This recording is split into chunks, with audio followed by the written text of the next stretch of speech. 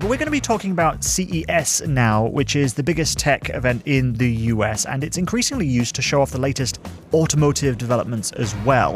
Nvidia and Mercedes are teaming up to bring drivers a downloadable update that will give them a measure of self-driving tech. We'll be diving into that in just a sec, and we'll be hearing from our correspondent too. But Steve, you cover cars for DW Business, all kinds of stories about car makers.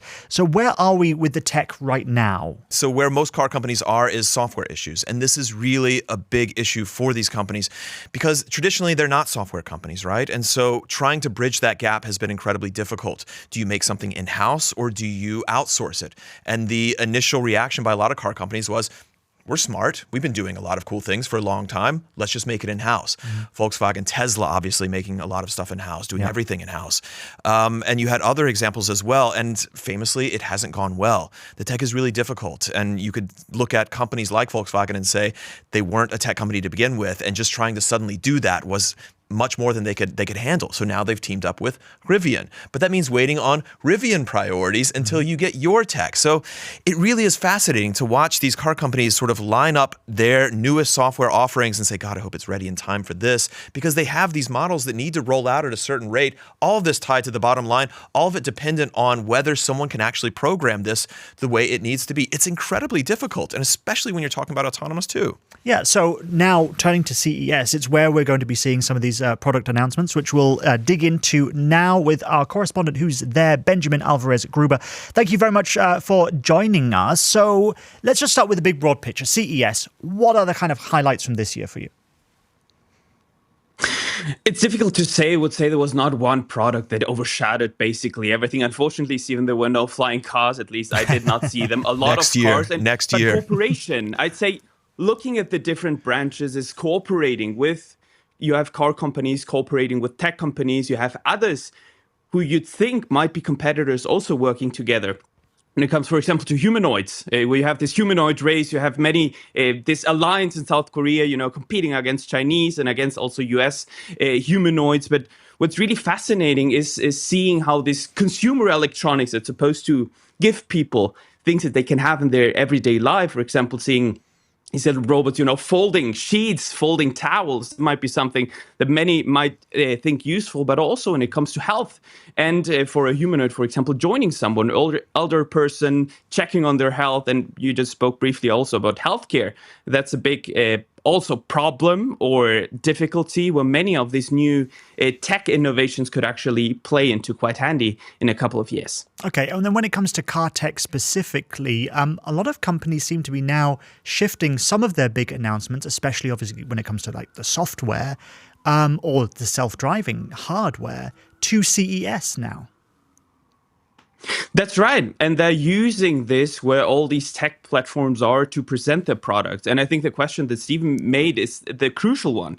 Some car companies don't have the in-house capacity and knowledge to actually produce it themselves. You mentioned Mercedes and Nvidia. There's also this other car, this mobility, this joint venture basically between Sony and Honda. It's called the Afeela. It's a very interesting car that we also could take a look in. It's basically entertainment time. I asked someone who was giving us this little tour, it's like, is this travel time or is this entertainment time? That you have screens, also the driver in front, actually seeing, getting their information. He said it would be perfect for an Uber driver. But what I asked him is like, what are the safety concerns?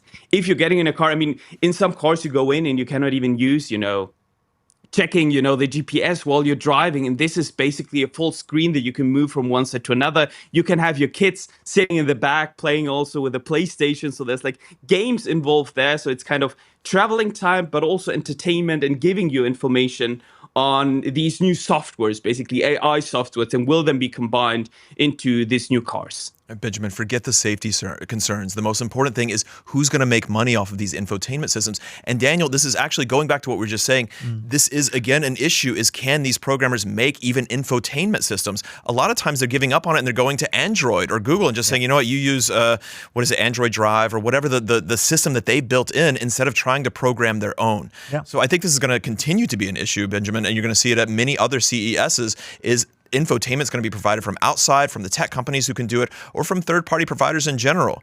I wanted to ask you, though, about autonomous. You're in Las Vegas, which is where CES is. There is self-driving there in some limited capacity.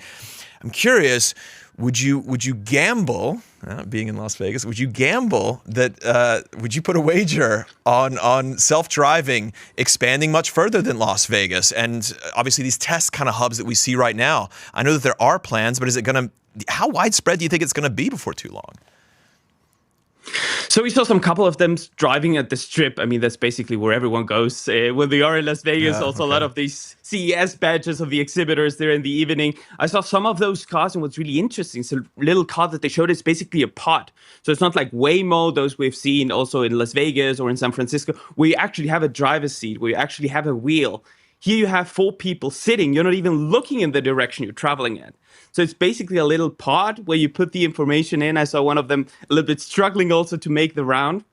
But they said this is a robo taxi. It's totally autonomous. I mean, they want to test and want to go to other cities too.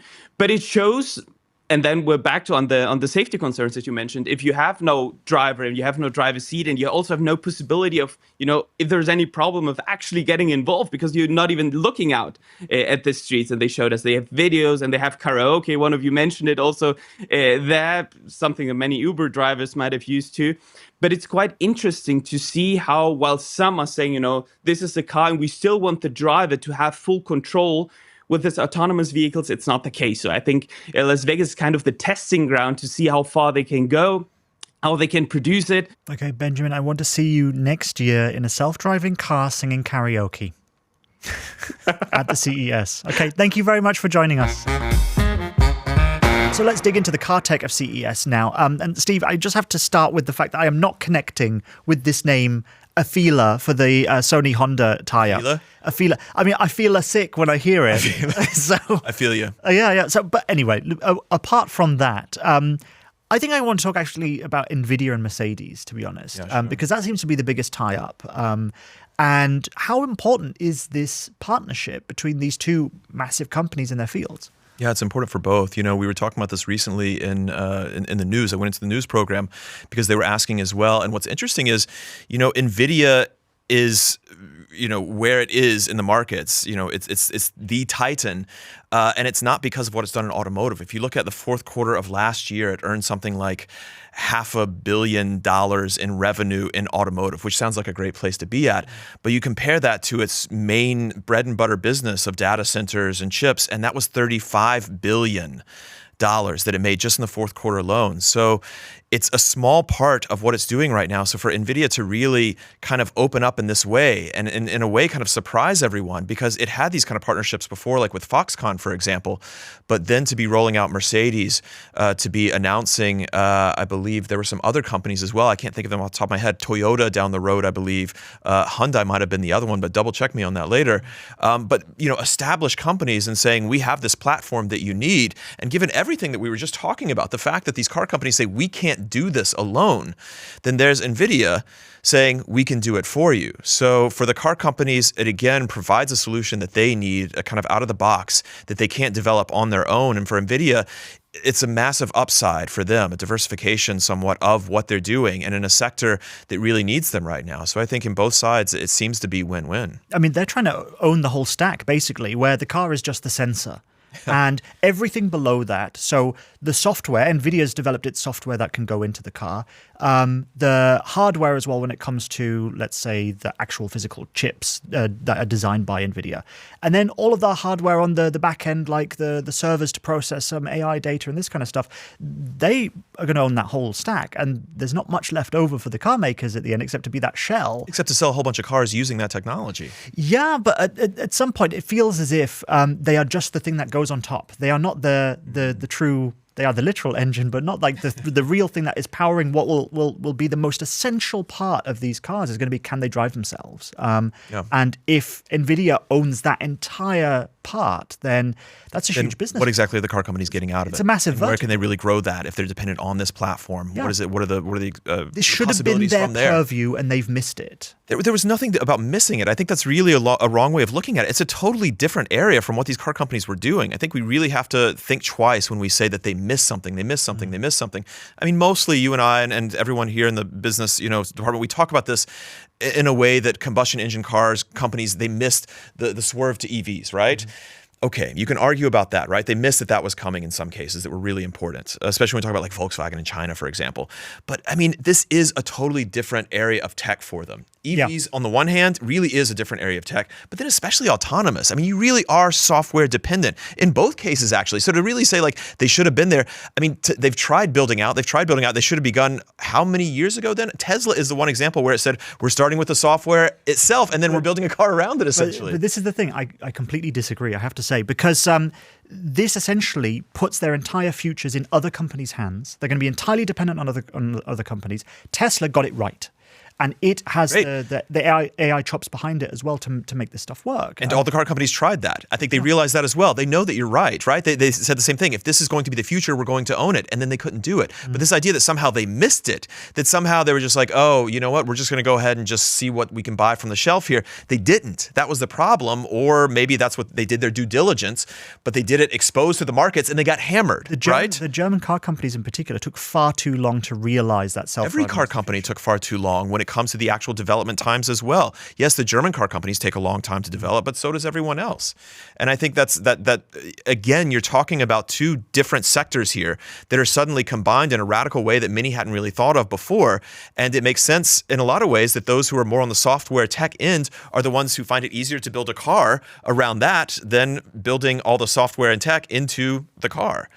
Okay, but where are we at with, for example, Mercedes' announcement that basically what you're going to be able to do later in this year, in 2026, you will be able to download an update if you buy one of the newest models to have level 2++ self-driving in your car. We're not even sure exactly what that means. Yeah, I mean, how many pluses are there before you get to level 3? And also, at the moment, Mercedes already has level 3, a level 3 which is product. highly restricted to certain areas. Maybe you could just break it down like that. what these two are. Yeah, we've had to learn about this a lot recently as well, right? So you have 5 levels of autonomy. And level 1 is what? Cruise control, I think. Level 2 is the driver needs to be there to assist, but the car takes over things like certain steering elements, braking, lane centralization, things like that. But the driver has to be ready to assist, can't take their eyes off the road.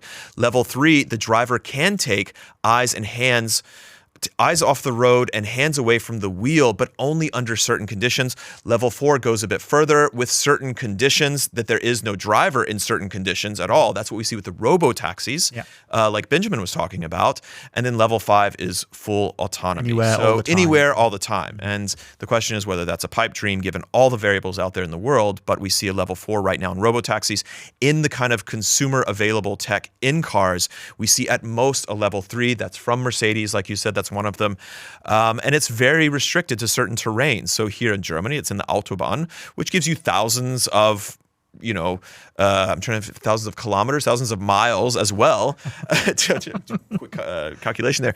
But it gives you thousands of miles to essentially drive on that you could potentially use this feature, but only up to 95 kilometers per hour, which I did this earlier, that's 57 miles per hour. Now, can you imagine going 95 kilometers or 57 miles per hour on the Autobahn if you've ever driven there before?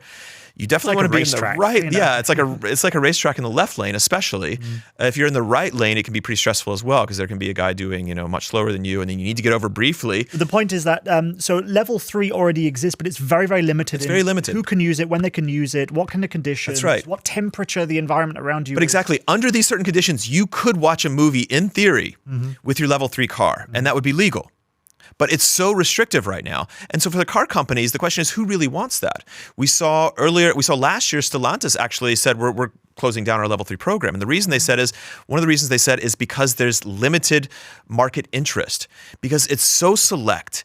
And it is such a price boost on top of what you're already paying for that who really wants to pay for that? Now, 2++, I'm not sure how many pluses are there, that may be a bit more accessible. And that may allow a company like Stellantis, like Mercedes, to bring this kind of feature out there to far more people and then collect data on them and then enhance what they're doing in other areas. So actually, there's a reason to want to go to a lower level instead of going to a level 3 where you're really restricted.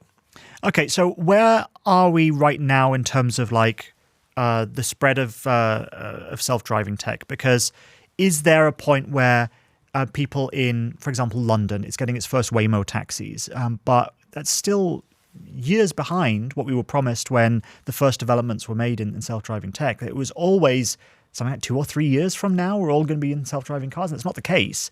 What's taking so long? Yeah, I think it was almost every year where Elon Musk promised that we would be soon reaching autonomous vehicles. I mean, it felt like that for a while. And I think ultimately the technology wasn't there. And we realized how many variables were going into it. There were a number of notable setbacks. If you look at China right now, they've just certified 2 car companies to produce level 3 cars.